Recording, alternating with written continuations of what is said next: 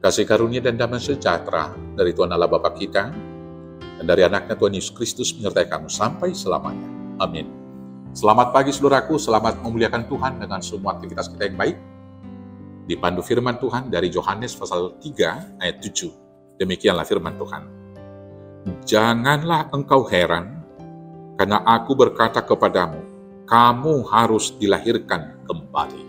Saudaraku yang terkasih, perkataan ini adalah ucapan Tuhan Yesus kepada Nikodemus. Ketika Nikodemus mau datang mengikut Tuhan, dan ketika Tuhan Yesus mengatakan kepadanya bahwa dia harus dilahirkan kembali untuk mengikut Yesus. Saudaraku, dilahirkan kembali berarti diciptakan ulang, yaitu mati bersama dengan Tuhan, dengan manusia yang lama, tetapi kemudian dibangkitkan menjadi manusia yang baru di dalam kebangkitan Yesus, sehingga dalam kehidupan selanjutnya menaruh pikiran dan perasaan yang terdapat dalam Kristus Yesus. Hal ini, itu hidup baru, diciptakan kembali, dapat kita terima melalui baptisan kudus. Karena melalui baptisan, kita sudah mati bersama dengan Tuhan. Itu tubuh lama kita dikuburkan. Tetapi kemudian dibangkitkan kembali menjadi tubuh yang baru di dalam kebangkitan Yesus. Dari sanalah momen manusia yang baru itu dapat kita terima. Dan kemudian kita mendapat membandingkan bagaimana sikap daripada manusia lama dan manusia yang baru. Manusia lama terdapat di dalam Adam yang pertama, berbeda dengan manusia yang baru, yang sesuai dengan karakter Kristus sebagai Adam yang kedua. Perbedaannya dapat kita lihat yang pertama. Pada manusia lama, yaitu Adam yang pertama, kebenarannya didasarkan pada pikirannya, sehingga dia mengabaikan kebenaran mutlak yang dikatakan oleh Tuhan. Dan kemudian pikirannya itu dapat ditipu daya oleh iblis, sehingga kemudian dia mau melanggar kebenaran yang hakiki, menurutkan keinginannya. Itu yang terjadi dengan Adam yang pertama ketika dia ditipu oleh iblis dengan mengatakan, tidak benar apa yang dikatakan Tuhan, karena Tuhan tahu, sekali kamu memakannya, kamu akan sama dengan dia. Maka tipu daya iblis ini menjebak Adam yang pertama dan jatuh ke dalam dosa. Dalam realitas kehidupan sekarang ini bisa saja kita menghadapi kenyataan-kenyataan yang serupa. Nah, tetapi berbeda dengan Adam yang pertama, di dalam Adam yang kedua dalam Kristus Yesus, kebenaran selalu diukur berdasarkan firman Tuhan. Ketika Tuhan Yesus dalam Matius 4 dicobai oleh iblis, ketika iblis berkata ada tertulis, kemudian Tuhan Yesus juga menjawab, ada juga tertulis, manusia hidup bukan dari roti saja. Ketika iblis berkata, ada tertulis Tuhan akan menatang engkau sehingga kakimu tidak tersandung batu. Maka Tuhan Yesus juga mengatakan, ada juga tertulis, jangan engkau mencobai Tuhan Allahmu. Kemudian ada tertulis, sembahlah aku akan memberikan semuanya. Tuhan Yesus mengatakan, ada tertulis, hanya Tuhan Allah satu-satunya yang patut kamu sembah.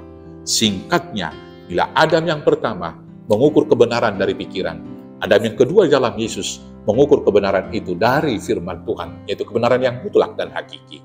Maka demikianlah kiranya kita yang dilahirkan baru harus senantiasa mengukur semua kebenaran dengan firman Tuhan. Yang kedua, Adam yang pertama dipandu oleh keinginannya.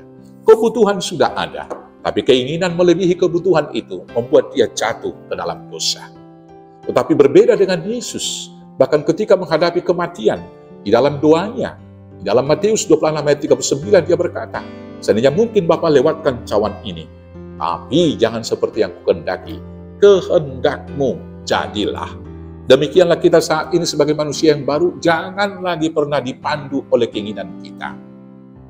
Tetapi keinginan itu harus kita kendalikan, di bawah keinginan dan kehendak Tuhan.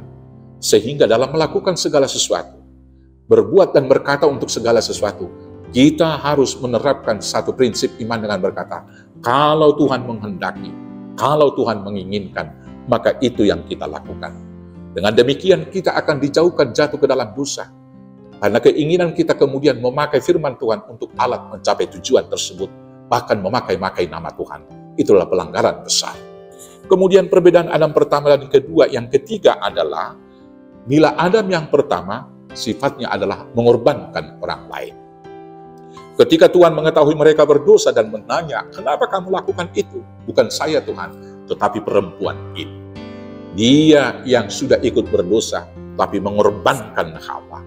Berbeda dengan Adam kedua dalam Yesus Kristus. Dosa manusia sudah jelas, tapi dia menanggungnya. Dan kemudian dia mau mengorbankan diri untuk menyelamatkan orang banyak. Maka sikap dan sifat seorang manusia baru adalah dia mau berkorban untuk berkat bagi orang lain. Tidak memilih mengorbankan orang lain untuk kesenangan diri sendiri. Yang keempat, Adam yang pertama meninggikan diri. Dia ingin sama dengan Tuhan, sehingga dia melanggar kebenaran firman Tuhan. Tetapi Adam kedua di dalam Yesus Kristus justru turun dari tahta yang mulia, mengambil rupa seorang hamba dan menjadi manusia. Itu dapat kita baca dalam Filipi pasal 2 ayat 1 sampai dengan ayat 11. Maka demikianlah kita sebagai ciptaan yang baru harus mau merendahkan diri serendah-rendahnya. Karena firman Tuhan mengatakan, barang siapa merendahkan diri akan ditinggikan. Tapi barang siapa meninggikan diri akan direndahkan. Adam yang pertama tidak setia. Dia inkonsisten.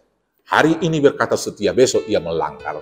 Dan itu yang kemudian banyak dipraktikkan orang pada saat ini. Kesetiaan menjadi barang yang langka.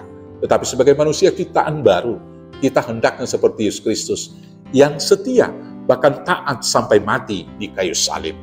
Bila kita setia sampai parousia pada masa Kristus datang kedua kali, maka kita sudah lahir kembali. Maka karena itu, supaya kita memperoleh hidup yang kekal, masuk ke dalam kerajaan Bapa melalui jalan yang sempit itu, mari kita dilahirkan kembali di dalam Yesus, sehingga kita menjadi pewaris-pewaris kerajaan Allah. Selamat dilahirkan kembali. Tuhan Yesus memberkati. Amin. Kita bersatu dalam doa.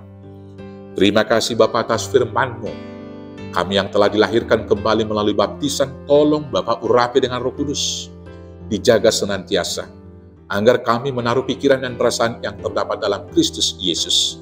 Sehingga Adam yang pertama dengan semua sifatnya kami kuburkan. Tetapi kami bangkit dan hidup, sama seperti Kristus dalam kehidupan ini. Sehingga nama-Mu dipermuliakan, dan kami menjadi pewaris kerajaan-Mu. Hanya di dalam nama Yesus Kristus Tuhan Juru Selamat kami yang hidup. Amin. Selamat hidup baru, selamat bersaksi. Tuhan Yesus memberkati. Horas, horas, horas.